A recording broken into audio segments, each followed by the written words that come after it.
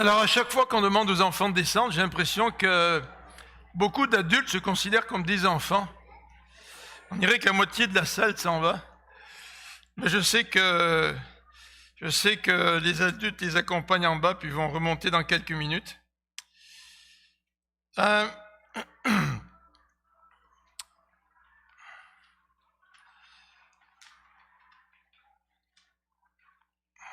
Donc aujourd'hui, c'est un dimanche particulier, à l'occasion du baptême de Christian.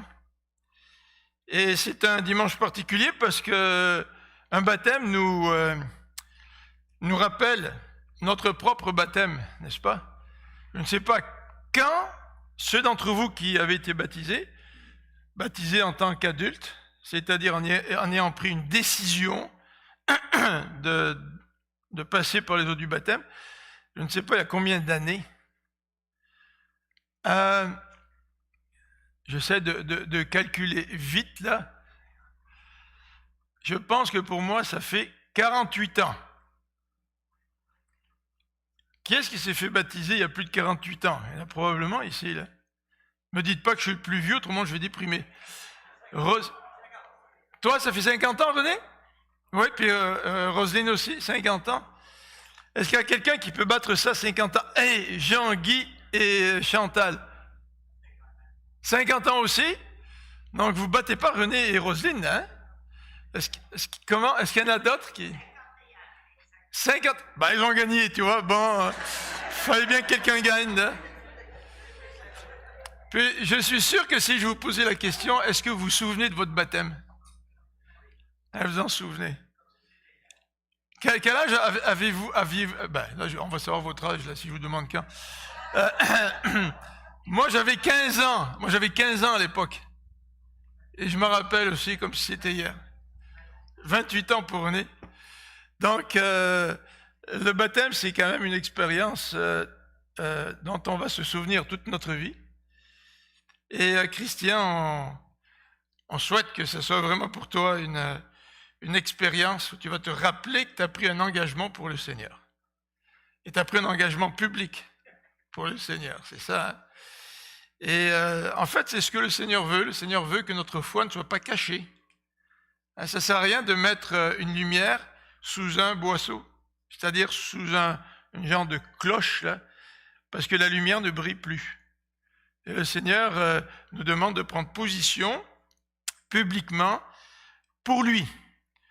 Alors, quand on se convertit, parce qu'on se fait baptiser, parce qu'on s'est converti, comme on dit, eh bien, bien souvent, dans la société, comment ça se fait que j'ai laissé cette photo-là? C'est pas la bonne. Alors, on va passer à la bonne. Je pense que c'était la photo de dimanche dernier. Comment ça se fait qu'on a cette photo-là? On va passer à plus loin. Là, peut-être j'ai oublié de l'enlever. Tu veux m'aider à avancer, s'il te plaît? J'espère que j'ai mis la bonne. Ça doit. Ouais, encore. Voilà, on a la bonne. Là. Alors, quand on parle de conversion, aujourd'hui, souvent, nous réalisons que les gens autour de nous ne comprennent pas. Il y a une incompréhension face à la conversion. Pourquoi parler de conversion? En fait, même nos proches ne comprennent pas très bien quand on parle de conversion. Souvent, on emploie un mot un petit peu étrange, le prosélytisme. Qu'est-ce que ça veut dire, le prosélytisme? C'est d'essayer d'influencer quelqu'un pour que quelqu'un change de religion, tu sais. Parfois même, la réaction de ceux qui sont autour de nous peut être assez drastique. Moi, je me rappelle un de mes amis, quand il s'est converti, son père a réagi très très fortement. C'était la guerre à la maison parce qu'il avait décidé de suivre Jésus. En fait, si vous lisez l'Évangile, Jésus est un personnage très attirant. En particulier plus que bien des politiciens, bien plus que des philosophes. Et l'enseignement de Jésus, tel qu'il nous l'a transmis, normalement ne devrait pas pousser les gens à des réactions tout aussi fortes. Jésus n'a-t-il pas dit aimez-vous les uns les autres? Jésus n'a-t-il pas résumé la loi en disant tu aimeras Dieu et ton prochain comme toi-même? Mais malgré cela, nos contemporains manifestent de l'incompréhension face à la conversion. Au point où un de mes amis a été très intéressé par le sujet de la conversion. Wesley Pitts a fait un doctorat à l'université de Montréal, et dans le cadre de la soutenance de son mémoire de doctorat, il a étudié ce que c'était la conversion au moyen de 12 témoignages de personnes qui se sont converties. Il faut croire qu'il a fait un bon travail puisqu'il a reçu son diplôme. Et plus tard, il a édité un livre sur le sujet. Donc la conversion, c'est un sujet qui nous dérange un peu aujourd'hui dans notre société. Et je voudrais ce matin regarder avec vous le récit de la conversion d'un homme qui a vécu il y a un peu plus de 2000 ans. Et de regarder ensemble qu'est-ce que ce texte nous dit sur la conversion. En fait, si Christian s'est fait baptiser aujourd'hui, c'est parce qu'à un moment donné dans sa vie, il y a eu un changement. Et on appelle ça une conversion. Il est venu à Dieu, il a rencontré Dieu, Dieu a changé sa vie, et c'est la raison pour laquelle il a décidé de se faire baptiser. Alors je voudrais lire avec vous dans le Nouveau Testament, donc dans les Actes des Apôtres, le récit de la conversion d'un Éthiopien. Donc je vais lire pour vous, puis ensuite on va faire quelques commentaires sur ce passage. Donc Acte 8, verset 26.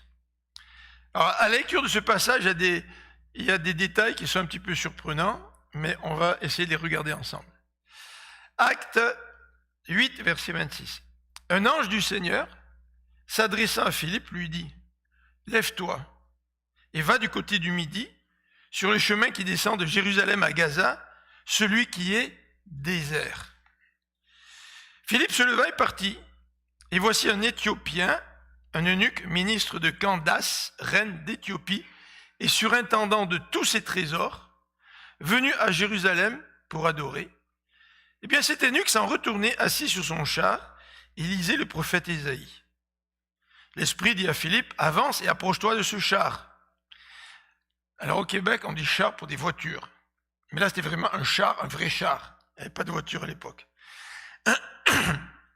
Philippe accourut et entendit l'Éthiopien qui lisait le prophète Ésaïe. Il lui dit, comprends-tu ce que tu lis? L'Éthiopien répondit, comment le pourrais-je si quelqu'un ne me guide? Et il invita Philippe à monter à s'asseoir avec lui. Le passage de l'écriture qu'il lisait était celui-ci. Il a été mené comme une brebis à la boucherie, et comme un agneau muet devant celui qui le tond. Il n'a point ouvert la bouche. Dans son humiliation, son jugement a été levé, et sa postérité, qui la dépeindra, car sa vie a été retranchée de la terre. L'eunuque dit à Philippe, je te prie, de qui le prophète parle-t-il ainsi? Est-ce de lui-même ou de quelqu'un d'autre? Alors Philippe, ouvrant la bouche et commençant par ce passage, lui annonça la bonne nouvelle de Jésus. Comme ils continuaient leur chemin, ils rencontrèrent de l'eau. Et l'eunuque dit, voici de l'eau, qu'est-ce qui m'empêche que je ne sois baptisé? Philippe dit, si tu crois de tout ton cœur, cela est possible. L'eunuque répondit, je crois que Jésus-Christ est le Fils de Dieu. Il fit arrêter le char. Philippe et l'eunuque descendirent tous deux dans l'eau, et Philippe baptisa l'eunuque. Quand ils furent sortis de l'eau, l'Esprit du Seigneur enleva Philippe et l'eunuque ne le vit plus, tandis que joyeux, il poursuivait sa route. Philippe se retrouva dans Azote, d'où il alla jusqu'à Césarée, en évangélisant toutes les villes par lesquelles il passait. Alors tout d'abord, quelques petits détails avant de regarder le texte plus en profondeur sur le personnage de Philippe. Donc c'est Philippe qui va présenter la bonne nouvelle de Jésus à ce ministre éthiopien. On ne sait pas son nom, on sait qu'il est un eunuque parce qu'il est au service de la reine, c'est un Éthiopien. Et quelques remarques concernant ce personnage-là, Philippe, qui va donc parler de la bonne nouvelle de Jésus à cet Éthiopien. Quand on regarde la vie de Philippe, Philippe est mentionné dans les Actes des Apôtres, tout d'abord en rapport avec le service aux tables. Vous vous rappelez dans Actes, au début des Actes, Dans cette nouvelle église, il y avait des veuves d'origine grecque qui étaient négligées parce que la nourriture était distribuée en priorité aux veuves d'origine hébraïque. Alors là, ces pauvres veuves d'origine grecque avaient toutes sortes de besoins physiques, n'est-ce pas? Et l'Église a décidé de choisir un groupe d'hommes pour pouvoir s'occuper de toute cette distribution de nourriture à ces veuves. C'est intéressant parce que déjà, au travers de la vie de Philippe, on voit que Dieu s'intéresse aux défavorisés. Mais dans la vie de Philippe, on le retrouve un petit peu plus tard, au chapitre 8, en train de présenter la bonne nouvelle de Jésus à des étrangers, à des Samaritains. Vous vous rappelez les Samaritains?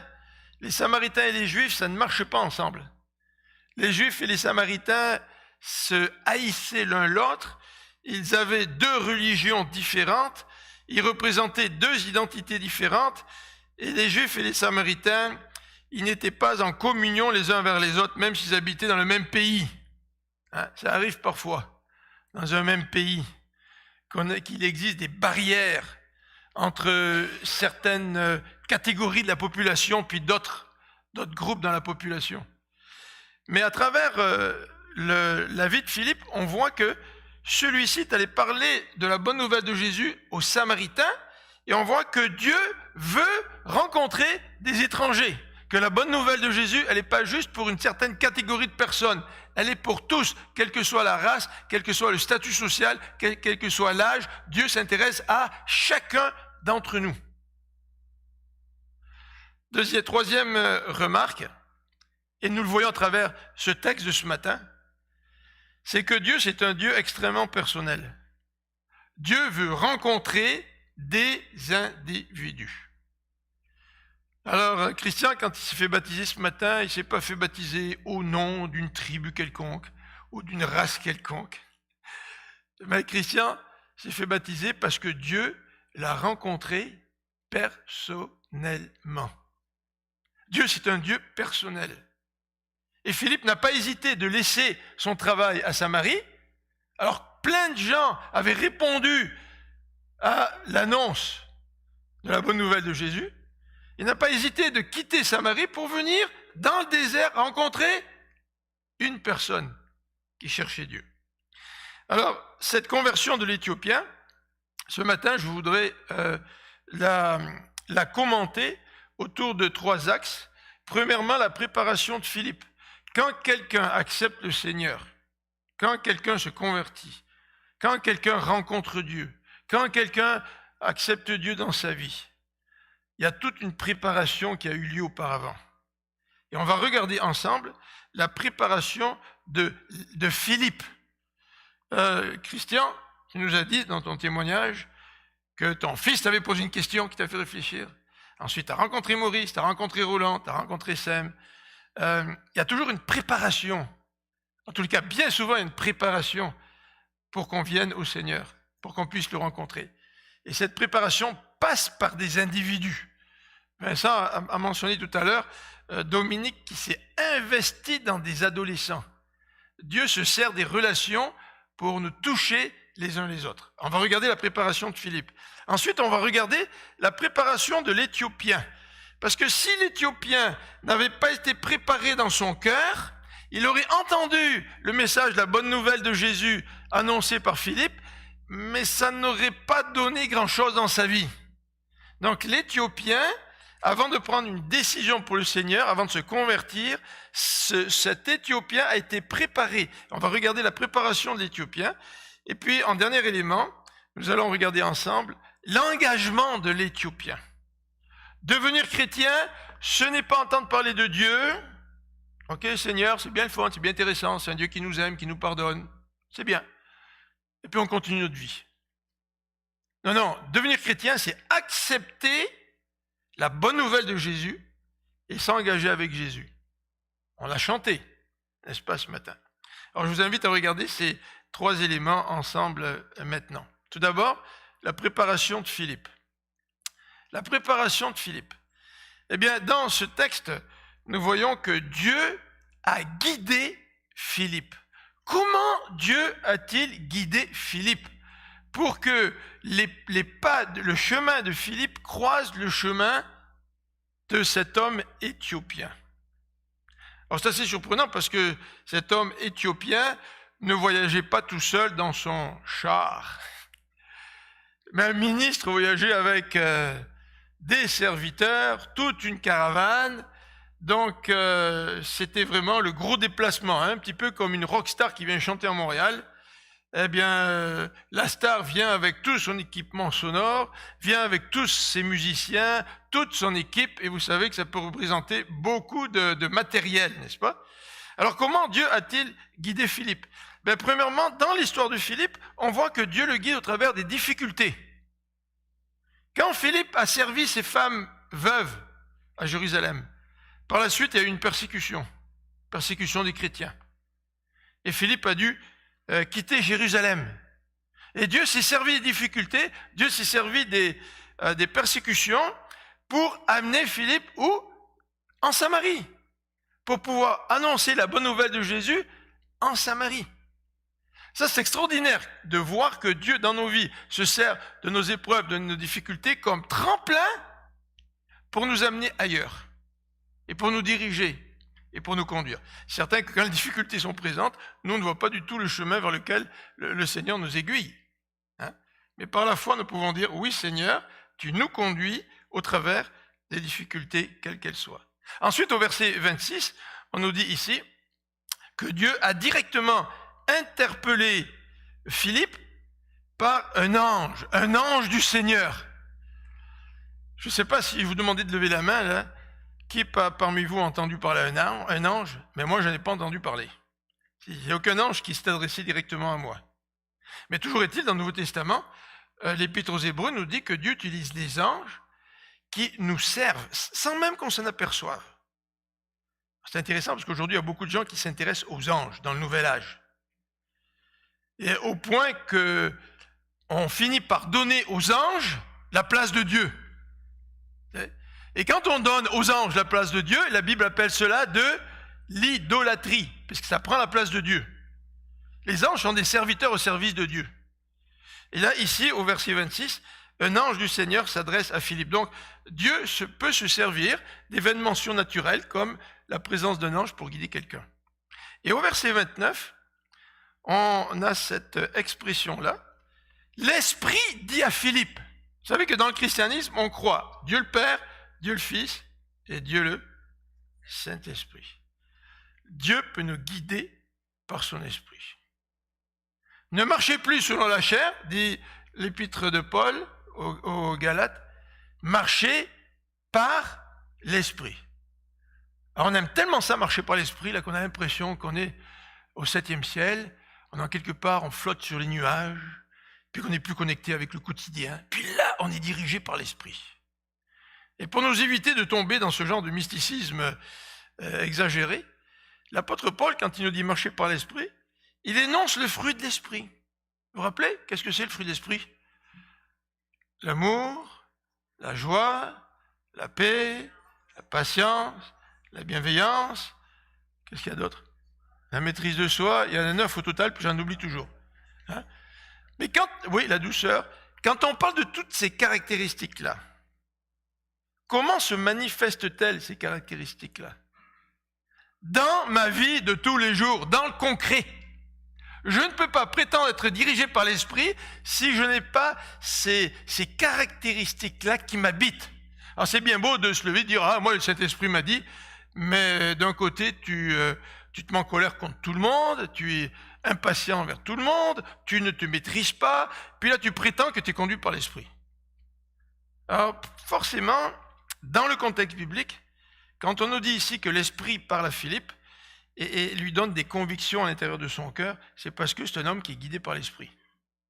C'est un homme qui manifeste de façon pratique toutes ces caractéristiques dont nous venons de parler. Alors comment Dieu l'a-t-il guidé? Il a guidé de différentes façons, mais où Dieu l'a-t-il envoyé? Alors Dieu l'a envoyé non pas à Jérusalem. Si Philippe avait été un pasteur contemporain, il aurait dit au Seigneur, « Seigneur, moi ce que j'aimerais, c'est que tu m'envoies là où toi tu travailles. Sous-entendu, là où les choses se développent bien, là, puis qu'on voit là, que l'œuvre de Dieu est là, tu sais.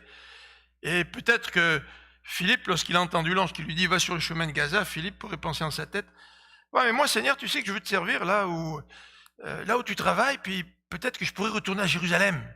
Au moins, il y a beaucoup de gens, il y a beaucoup de chrétiens, il y a du monde, tu sais. » Non, c'est pas là que Dieu l'a envoyé.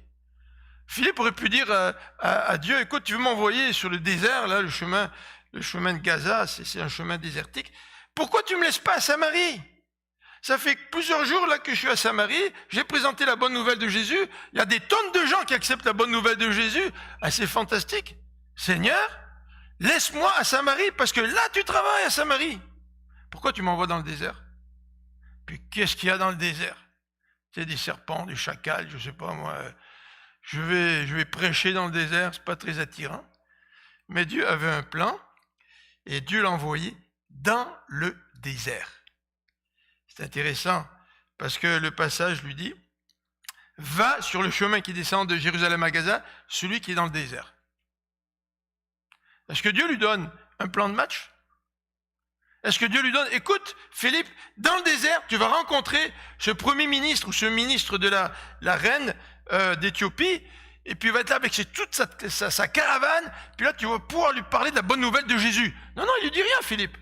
Il dit, va dans le désert. Vous savez que c'est souvent dans le désert que le Seigneur nous parle le plus? Et combien nous sommes réfractaires à aller dans le désert? C'est pas notre attirance première d'aller dans le désert. En tous les cas, ici dans ce texte, l'auteur, Luc, l'auteur du livre des Actes, nous dit que Philippe, il a obéi. Regardez le verset 26. Lève-toi, va du côté du midi, donc va dans ce chemin du désert. Philippe se lève et il part. C'est extraordinaire, hein? Vous savez pourquoi les gens ne veulent pas accepter Dieu dans leur vie? Une des raisons, c'est parce que s'ils reconnaissent que Dieu existe, ils reconnaissent la suprématie de Dieu dans leur vie. Et si Dieu est vraiment le Dieu créateur, le Dieu qui nous a créés, qui est souverain, ça veut dire que ce Dieu-là, quand il nous demande quelque chose, il a le droit de le demander, il a le droit de s'attendre à ce que nous obéissions. Alors si vous êtes engagé dans l'armée, vous savez que quand votre sergent vous dit quelque chose, même si vous n'êtes pas d'accord avec lui, il a le droit de vous imposer l'ordre qu'il a choisi de vous communiquer. Et il s'attend à ce que vous soumettiez à cet ordre-là, n'est-ce pas? C'est vrai? Et l'obstacle à bien des gens de réellement devenir chrétien, là, c'est pas choisir une religion, devenir chrétien, mais c'est vraiment de se dire, est-ce que j'ai envie d'obéir à un Dieu qui va être mon maître? Ça ne m'intéresse pas vraiment. Et ça, la Bible appelle ça la désobéissance. Alors, notre ami donc Philippe obéit à l'ordre de Dieu, et nous avons vu précédemment qu'il était rempli de l'esprit, ce Philippe, on le voit dans les Actes des Apôtres, c'était un homme rempli d'esprit, et c'est parce que Philippe était rempli d'esprit qu'il a eu une approche naturelle. Vous savez, les chrétiens, on est souvent affligés d'une maladie spirituelle qu'on appelle la constipation spirituelle. Ça vous est pas arrivé, ça? C'est-à-dire qu'on est tellement gelé quand on veut aller parler de la bonne nouvelle de Jésus. Pourtant, c'est une bonne nouvelle, vrai? On est tellement impressionné que finalement, c'est pas naturel notre affaire. Tu sais, on arrive, puis on se dit, qu'est-ce qu'il va dire? Est-ce que l'autre va me rejeter? Est-ce que l'autre il va m'accepter? J'ai pas les mots qu'il faut. Mais regardez, Philippe, comme c'est naturel. Le gars, l'Éthiopien est en train de lire sur son char, là. Puis, poussé par l'esprit, au verset 29, Philippe, il s'approche, puis il entend l'Éthiopien qui lit. Puis tout naturellement, Philippe lui dit, est-ce que tu comprends ce que tu lis? Ça semble tellement simple, hein, quand on lit la Bible. Tellement simple de parler de la bonne nouvelle. Mais probablement que c'est simple parce que Philippe était rempli du Saint-Esprit. Alors moi, je me pose la question aujourd'hui, est-ce que je ne me complique pas trop les affaires quand je veux parler du Seigneur? Est-ce que la raison de cela n'est pas que je ne suis pas assez rempli de l'Esprit de Dieu? Deuxième élément, deuxième axe dans notre étude ce matin, c'est celui de la préparation de l'Éthiopien. Alors d'une part, on voit Philippe qui entre en scène, qui répond à Dieu. Puis d'autre part, on voit l'Éthiopien, le chemin des deux se rencontre, mais Dieu a aussi préparé le cœur de l'Éthiopien à cette conversion qui nous est décrite dans ce passage. Alors regardons la préparation de l'Éthiopien. À partir du verset 27, l'Éthiopien, il passe par une recherche spirituelle. Une recherche spirituelle. Alors l'Éthiopien a décidé de faire un long voyage. Un voyage de plusieurs centaines de kilomètres. Puis il n'a pas pris Air Transat ou Air Canada. Ne parlons pas de ce sujet-là ce matin. Ça prendrait à peine peut-être 1 heure ou 2 de faire le voyage en Éthiopie jusqu'en Égypte aujourd'hui. Mais il a préparé une caravane. Ça a pris des semaines de préparation. Ça a pris probablement des semaines de voyage pour aller adorer à Jérusalem. Cet homme-là avait une conception de Dieu qui faisait qu'il recherchait Dieu. Alors, il ne connaissait pas tout Dieu.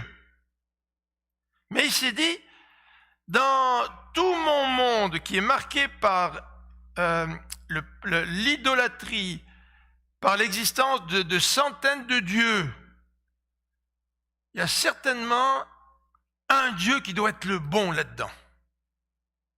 Et il s'est dit, le Dieu qui nous est décrit par les Juifs, qui est le Dieu créateur, c'est lui le seul vrai Dieu, donc il faut que j'aille l'adorer.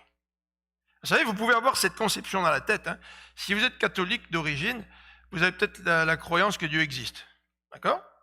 Bon, peut-être pas, peut-être vous avez changé, hein, mais peut-être que vous avez la conviction que Dieu existe. Avoir la conviction que Dieu existe, ce n'est pas tout. Est-ce que ça veut dire que tu connais Dieu? Pas forcément. Moi, j'ai la conviction que M. Legault existe, mais je ne l'ai jamais rencontré. Et j'ai la conviction que bien des gens existent, mais je ne les ai jamais rencontrés. Et je n'ai pas de relation personnelle avec eux.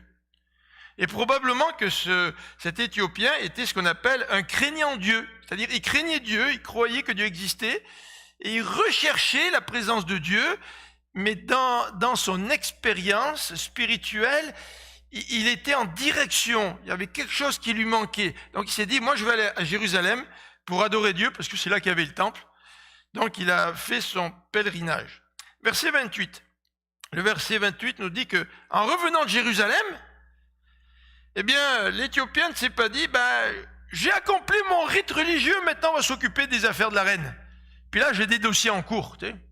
Puis à sortir tous ses rouleaux avec tous les dossiers, à regarder quand il va arriver de nouveau en Éthiopie. Non, il continue sa démarche spirituelle. Parce qu'il a adoré à Jérusalem, mais il y a comme une dimension qui lui échappe encore. Alors qu'est-ce qu'il fait? Il lit le prophète Ésaïe, il lit la parole de Dieu. Et au verset 30, Philippe l'entend lire, parce que comme c'était la coutume à l'époque, il devait lire à haute voix. Alors Philippe marchait certainement, la caravane évidemment était en chemin, lui marchait pas très loin du char, et puis il a entendu lire à haute voix le prophète Ésaïe. Vous savez qu'entre parenthèses, à l'époque, acheter un rouleau, ça représentait pas mal d'argent. Et c'était pas tout le monde qui pouvait avoir en sa possession un rouleau de la parole de Dieu, de la Bible. Okay? Donc cet homme-là, il était vraiment motivé. Bien sûr, il avait les moyens. Mais il a réussi à acquérir, en tout cas, ce livre d'Ésaïe qu'il était en train de lire.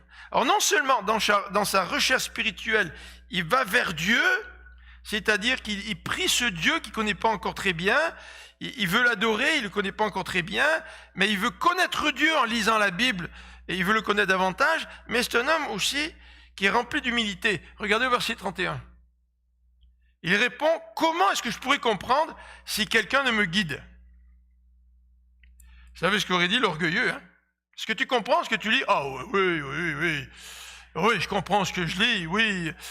Puis si Philippe avait commencé à lui poser d'autres questions, peut-être qu'il aurait été très mal à l'aise. Mais voyez, ce désir de cet homme d'apprendre vraiment de Dieu, qui laisse de côté son rang social, n'oublions pas, c'est le ministre de la reine d'Éthiopie, hein, et le surintendant de tous les trésors de la reine d'Éthiopie. Ben, cet homme est prêt à accepter qu'un bonhomme à pied qui marche le long de son char sur le chemin du désert lui explique ce qu'il est en train de lire. Je sais pas, moi, si j'avais un peu d'éducation puis un peu d'argent, j'aurais dit, non, laisse faire, je suis déjà allé à Jérusalem, là, j'ai rencontré des spécialistes là-bas, puis j'ai pas trop compris ce qu'ils m'ont dit. Comment ça se fait que toi là, qui marche à côté de mon char, comment ça se fait que toi tu comprends quelque chose que moi je comprends pas, tu sais? Honnêtement, vous savez, l'orgueil, là? L'orgueil, ça nous bloque dans notre recherche de Dieu. Et ce n'était pas le cas de l'Éthiopien. Alors, deuxième élément dans la préparation de l'Éthiopien, c'est non seulement qu'il était en recherche spirituelle, mais ce qui a préparé l'Éthiopien à sa conversion, c'est qu'il a entendu un message centré sur la parole de Dieu. Pour rencontrer Dieu, de quoi as-tu besoin? De la parole des hommes? Non, pour rencontrer Dieu, j'ai besoin de la parole de Dieu. Si Dieu existe, et si Dieu veut se faire connaître à moi, Dieu va parler.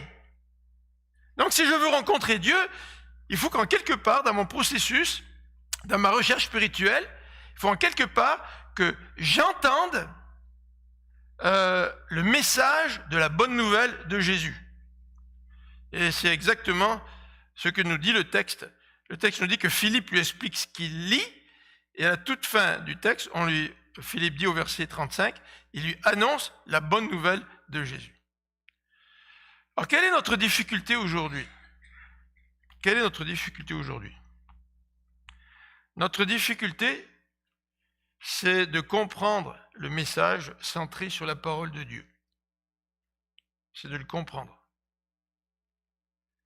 Pas simplement pour moi qui peux être en recherche, mais notre difficulté, c'est que moi qui ai rencontré Dieu, je puisse bien comprendre le message pour pouvoir le communiquer à d'autres. Et malheureusement, dans notre christianisme aujourd'hui, le pourcentage de chrétiens qui peuvent expliquer clairement le message de la bonne nouvelle en Jésus, il est quand même relativement bas. Là, j'ai marqué à l'écran l'exemple de mon ami Luc.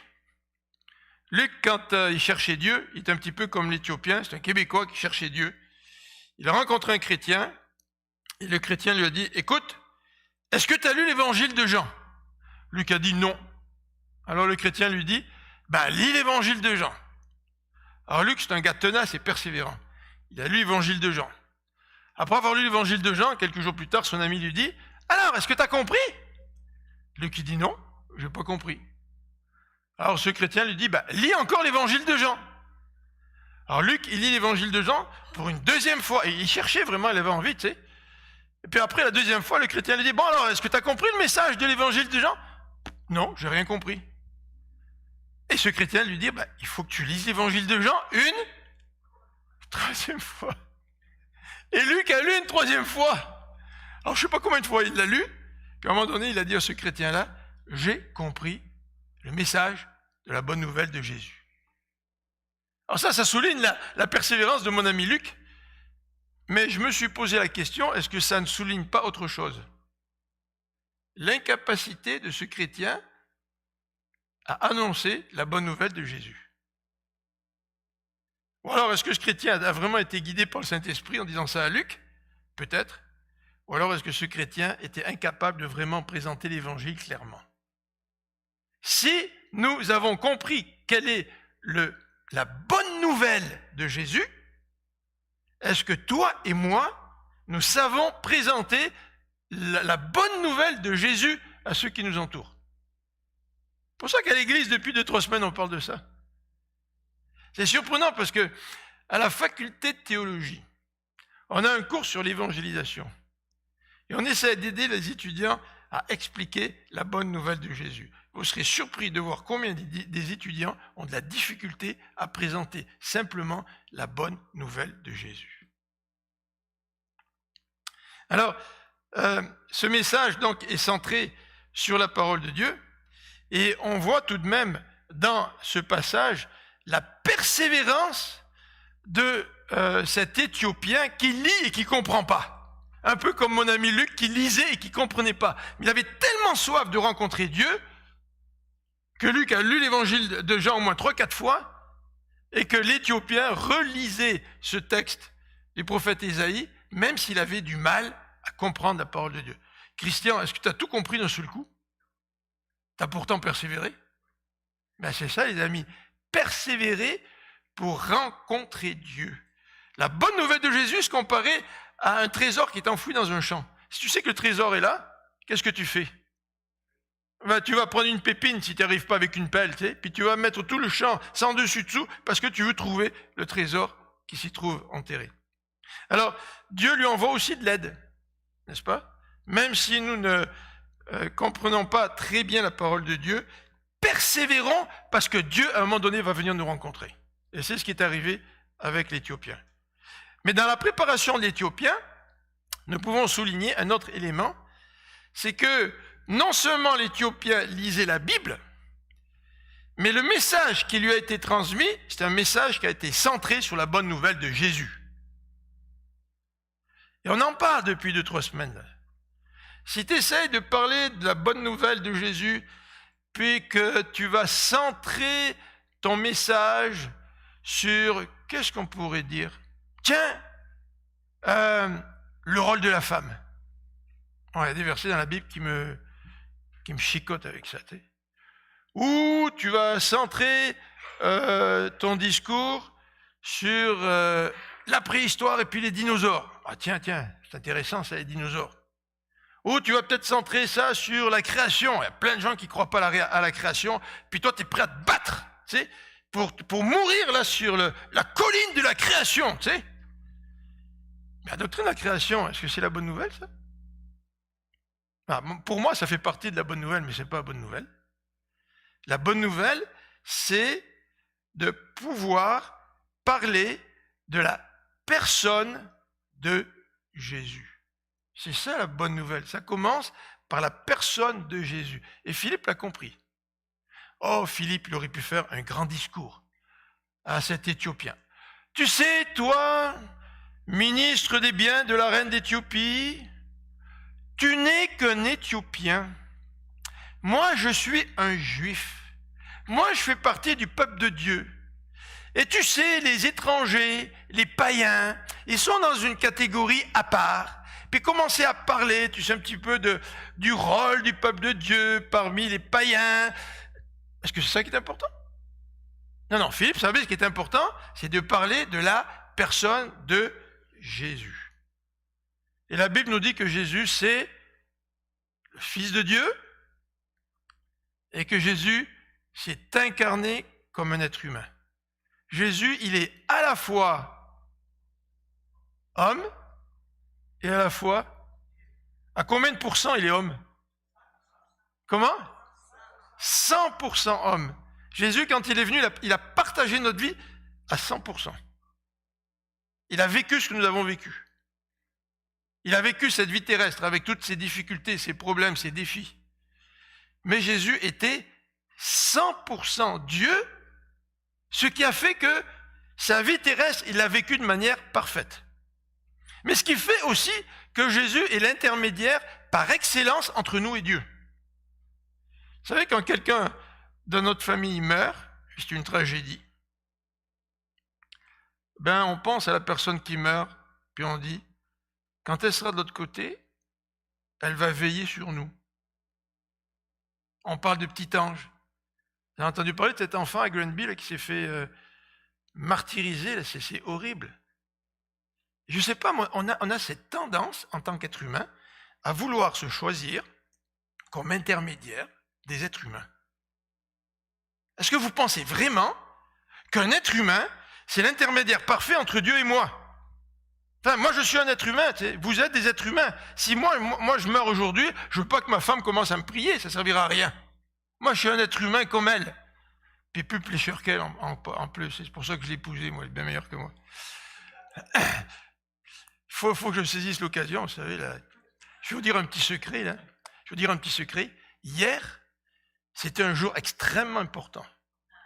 C'était l'anniversaire de la reine d'Angleterre. Non, mais c'est vrai, ils ont fait des parades. Vous vous rappelez ça? Mais c'est aussi une journée très importante parce que c'est la fête de René, l'anniversaire de René. Puis c'est aussi le mien, par la même occasion, René. Hein? Donc, il faut bien qu'aujourd'hui, c'est ça, il faut bien qu'aujourd'hui, je cajole ma femme, là, tu sais.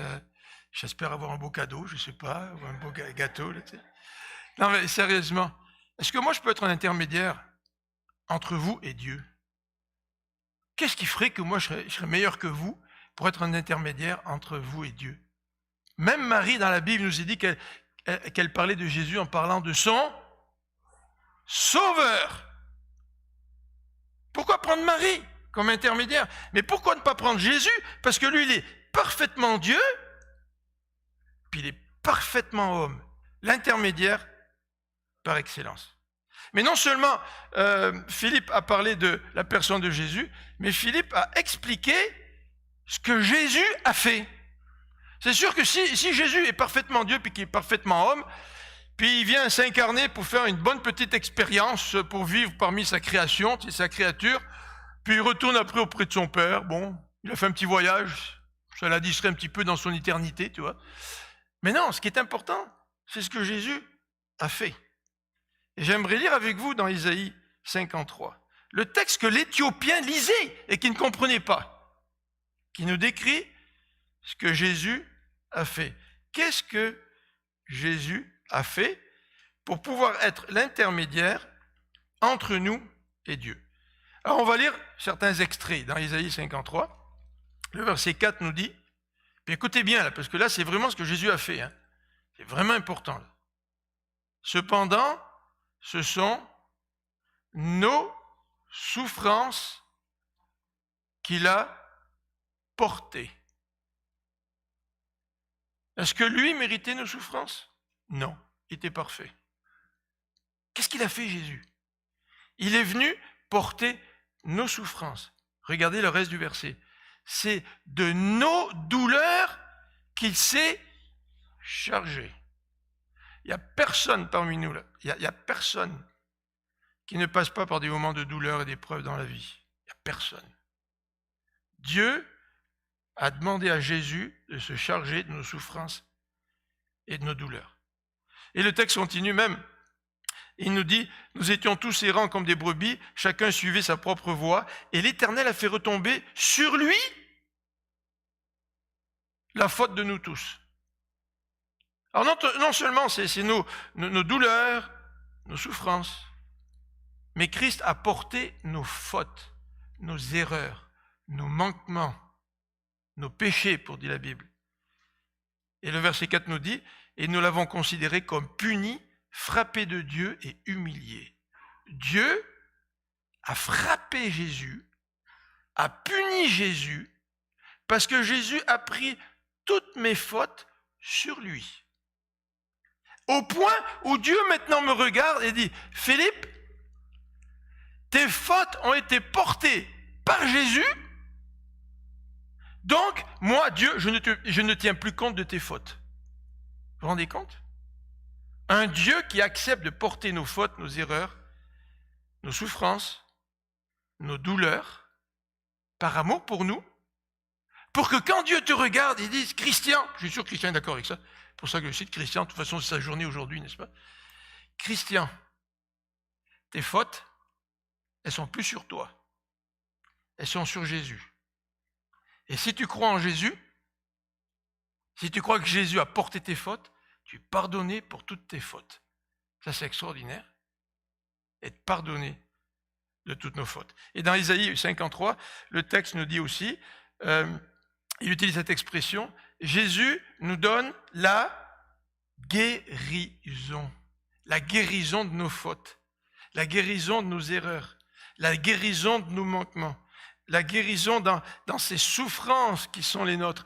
Jésus a porté tout cela à la croix. C'est pas une bonne nouvelle, ça? C'est pas une bonne nouvelle que savoir que ce Dieu nous aime tellement qu'il porte tous nos péchés, toutes nos erreurs, toutes nos fautes, et qu'il nous offre le pardon. Troisième élément, et on va terminer avec ceci, c'est l'engagement de l'Éthiopien. Alors, au verset 36, l'Éthiopien, il voit de l'eau, puis il dit « Moi, je veux me faire baptiser ». Alors, c'est pas nous qui avons rencontré Christian un jour en lui disant « Écoute, Christian, il faut que tu te fasses baptiser ». Christian, il a lu ce que la Bible dit, et à un moment donné, Christian a eu le désir de se faire baptiser. En fait, nous ne baptisons pas dans nos églises des gens qui n'ont pas pris la décision de se faire baptiser. C'est une décision personnelle. Et l'Éthiopien, il est prêt. L'Éthiopien a compris que Jésus était mort sur la croix pour porter ses fautes et ses péchés. Il a compris le pardon de Dieu. Alors maintenant, il s'est dit, qu'est-ce qui m'empêche de me faire baptiser? Vous savez, l'Éthiopien, il n'avait pas besoin d'un grand discours. Parce qu'à l'époque de l'Éthiopien, le baptême était pratiqué dans toutes sortes de religions. Et qu'est-ce que ça voulait dire se faire baptiser? Ça voulait dire, aujourd'hui, je change de religion. C'est ça que ça voulait dire, le baptême. Et chez les chrétiens, c'était la même chose. Ça voulait dire que quand je me fais baptiser, ça veut dire que publiquement, je confesse que maintenant, je veux suivre Jésus. C'est ça ce que ça veut dire être baptisé. Et baptisé, ça veut dire que quand Christian a disparu là-dedans, dans le baptistère, ça veut dire que le Christian qui existait avant de rencontrer Jésus, il a disparu. Et quand tu ressors de l'eau, c'est un symbole, bien sûr. Quand tu ressors de l'eau, c'est le nouveau Christian qui connaît Dieu qui vit maintenant. Et l'Éthiopien, il connaissait très très bien ce symbole. Et regardez quand même, dans son questionnement, l'Éthiopien, il dit, mais est-ce qu'il y aurait des empêchements à mon baptême? Philippe dit, non, il n'y a pas d'empêchement. Et on va voir pourquoi il n'y a pas d'empêchement. Mais il existe certains empêchements au baptême. Par exemple, si ce n'est pas ta propre volonté que tu te fais baptiser. Si Christian il nous dit à un moment donné, moi j'ai décidé de me faire baptiser parce que je veux faire plaisir à mon fils qui est pasteur. C'est ça, Benoît? Puis Benoît, je suis sûr que vous avez entendu son rire, il est très convaincu. Je suis sûr que Benoît lui aurait dit non, papa, là, c'est pas la bonne raison, c'est pas la bonne motivation. Si tu veux te faire baptiser, puis que tu dis en même temps, ben ça c'est un rite religieux, c'est beau, tu sais, puis il faut que je passe par là, mais tu ne veux pas suivre Jésus comme ton maître. Il y a quelque chose qui ne va pas là. Alors il y a des empêchements à se faire baptiser. Mais l'eunuque, l'Éthiopien, n'avait aucune raison, il n'y avait aucune raison dans sa vie pour qu'il ne soit pas baptisé. Alors pourquoi? Pourquoi le baptême de l'Éthiopien était donc était pertinent et que c'était le fruit de son engagement? Parce que le baptême vient par la foi. Alors dans ce passage, on a un verset qui est un petit peu problématique, le verset 37, parce que le verset 37 dans nos Bibles, il est entre crochets. Je ne sais pas si dans vos Bibles c'est tout comme ça, c'est entre crochets. Ça veut dire que ce verset n'est pas dans les manuscrits les plus anciens. Non, probablement que le verset a été rajouté par la suite. Mais l'ensemble du Nouveau Testament nous dit que la foi, elle est essentielle à la conversion. Tu ne peux pas te convertir à Jésus-Christ si tu ne crois pas que Jésus-Christ vient pardonner tes fautes. La confiance en Jésus-Christ ou la foi, c'est la même chose. C'est de dire, oui Jésus, j'ai confiance que tu as porté mes péchés. Oui Jésus, j'ai confiance que tu pardonnes mes péchés. Oui Jésus, j'ai confiance que parce que tu es mort sur la croix en portant mes péchés, maintenant Dieu m'a pardonné. C'est ça la foi. Et c'est parce que Christian a cette foi-là que Christian a accepté d'être baptisé. Tu n'as pas accepté d'être baptisé parce que tu te penses être le meilleur. Tu n'as pas accepté de te faire baptiser parce que tu penses que tu vas faire des œuvres pour Dieu, pour lui faire plaisir. Non, non. Tu te fais baptiser parce que tu as la confiance que Jésus a tout accompli pour toi. Et la foi, évidemment, c'est ce que Jésus, c'est la foi en qui est Jésus. Ça a été l'objet du message de Philippe. Mais c'est aussi la foi en ce que Jésus a fait pour Christian, que Christian a accepté d'être baptisé. Et on va terminer avec le verset 39 Quand ils furent sortis de l'eau, l'Esprit du Seigneur enleva Philippe, et l'eunuque ne le vit plus, tandis que joyeux, il poursuivait sa route. La joie. La joie, c'est le fruit d'engagement. Tu sais, je ne sais pas si tu aimes faire du sport, puis qu'à une certaine occasion, on t'accepte dans l'équipe. Waouh, tu es super content, tu vas pouvoir t'engager, jouer dans l'équipe, on reconnaît tes capacités, c'est extraordinaire. Tu sais. Mais dans la vie chrétienne, il y a une joie particulière quand on s'engage dans le Seigneur. Et là, l'eunuque a décidé de se faire baptiser. Et puis, vous vous rappelez, hein, il était dans une caravane. Il y avait peut-être des centaines de personnes avec lui. Il a décidé d'arrêter le char. Tous ses serviteurs, toute la caravane a témoigné, a vu le baptême de l'eunuque. Et tout le monde a vu la joie de l'eunuque. Pourtant, le texte nous dit que dès que le baptême a eu lieu, Philippe a été... s'il avait été l'eunuque, j'aurais pu dire, oh Seigneur, là, tu m'enlèves celui qui m'a expliqué la Bible, là, qui m'a expliqué le texte d'Ésaïe pour que je le comprenne. Oh, Seigneur, j'ai tellement besoin de lui, là, ça aurait été le fun là, de le prendre à mon service pendant une couple d'années pour continuer à m'expliquer la Bible, tu sais. J'ai besoin de lui, tu sais. Mais non, quand tu as Dieu dans ta vie, t'as pas besoin de gourou. T'as même pas nécessairement besoin d'avoir des gens qui t'ont présenté l'évangile. Le Seigneur est avec toi. Le Seigneur t'a donné la parole de Dieu. Le Seigneur t'a donné l'Esprit de Dieu. Et cette joie du salut, c'est une joie qui devrait habiter tous les chrétiens. Vous vous rappelez quand Jésus a envoyé ses disciples 2 par 2, puis qu'ils faisaient des miracles? Les disciples ils reviennent excités et disent, Seigneur, on a fait tellement de miracles en ton nom. Là. Jésus leur dit, rappelez-vous de quoi?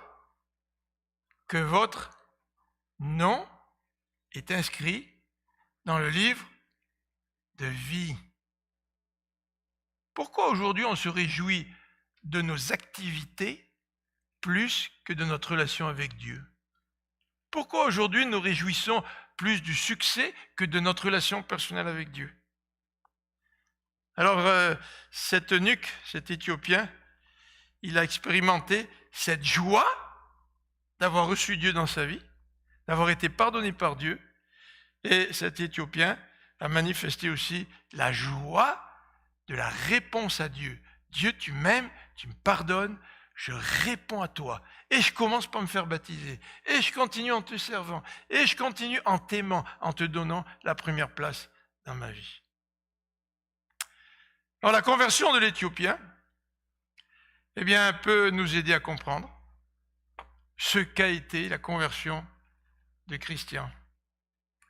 Et ça peut nous aider à comprendre aussi ce que peut être la conversion pour chacun d'entre nous si nous n'avons pas encore rencontré Dieu. Est-ce que tu cherches Dieu?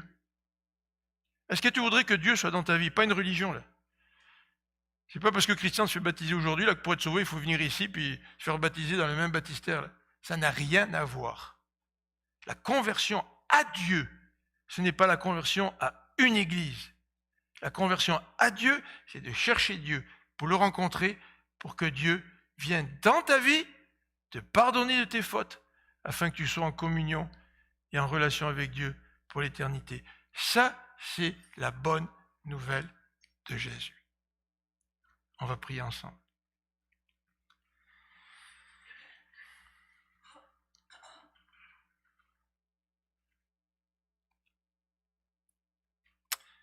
Seigneur notre Dieu, tout d'abord je veux te remercier pour Christian, pour la décision qu'il a prise de te suivre et de s'identifier publiquement comme étant ton disciple. Oh Seigneur, je sais que Christian n'est pas parfait, moi non plus d'ailleurs. Mais ce qui nous remplit, c'est toi. Ce qui nous réjouit, c'est notre relation avec toi. Seigneur, parmi nous, peut-être se trouvent ce matin plusieurs personnes qui ont été baptisées il y a longtemps et qui ont perdu la joie de la communion avec Dieu. Je te demande de restaurer cette joie. Peut-être qu'ils ont aussi perdu le désir de te servir, de s'engager. Je te demande de restaurer ce désir, afin que nous puissions retrouver cette joie de marcher avec toi. Et peut-être qu'aujourd'hui se trouvent parmi nous des hommes et des femmes qui ne te connaissent pas et qui peut-être ne savaient même pas qu'elles peuvent être pardonnées par toi et qu'elles peuvent te connaître. Seigneur, touche notre cœur à chacun d'entre nous. Ceux qui te connaissent déjà, ceux qui ne te connaissent pas encore, touche notre cœur. Pour que ceux qui te connaissent puissent se rapprocher de toi et ceux qui ne te connaissent pas puissent vraiment te connaître. Seigneur, c'est une bonne nouvelle de savoir que Jésus est venu sur la terre vivre notre vie, partager notre vie, qu'il est vraiment Dieu, vraiment homme, et qu'il est là pour pardonner nos péchés, pardonner nos fautes. Personne ne peut me pardonner, Seigneur, comme toi tu le fais. Merci pour ton pardon. Amen. Alors je vais vous demander aux musiciens de venir, s'il vous plaît, sur l'estrade pour chanter, pour terminer. Et je vais demander aussi à Benoît, il ne le sait pas, Benoît, après le chant, si tu veux bien, on va venir ici. Est-ce que Sam est là ou il est avec les enfants? Il est avec les enfants, Sam, peut-être? Il est là, Sam. Puis que Sam, tu viennes aussi sur l'estrade. Puis que vous puissiez tous les deux prier pour Christian. Puis Sam, tu termineras avec la bénédiction. Ça va? Alors, je voudrais vous inviter à vous lever pour qu'on puisse ensemble chanter.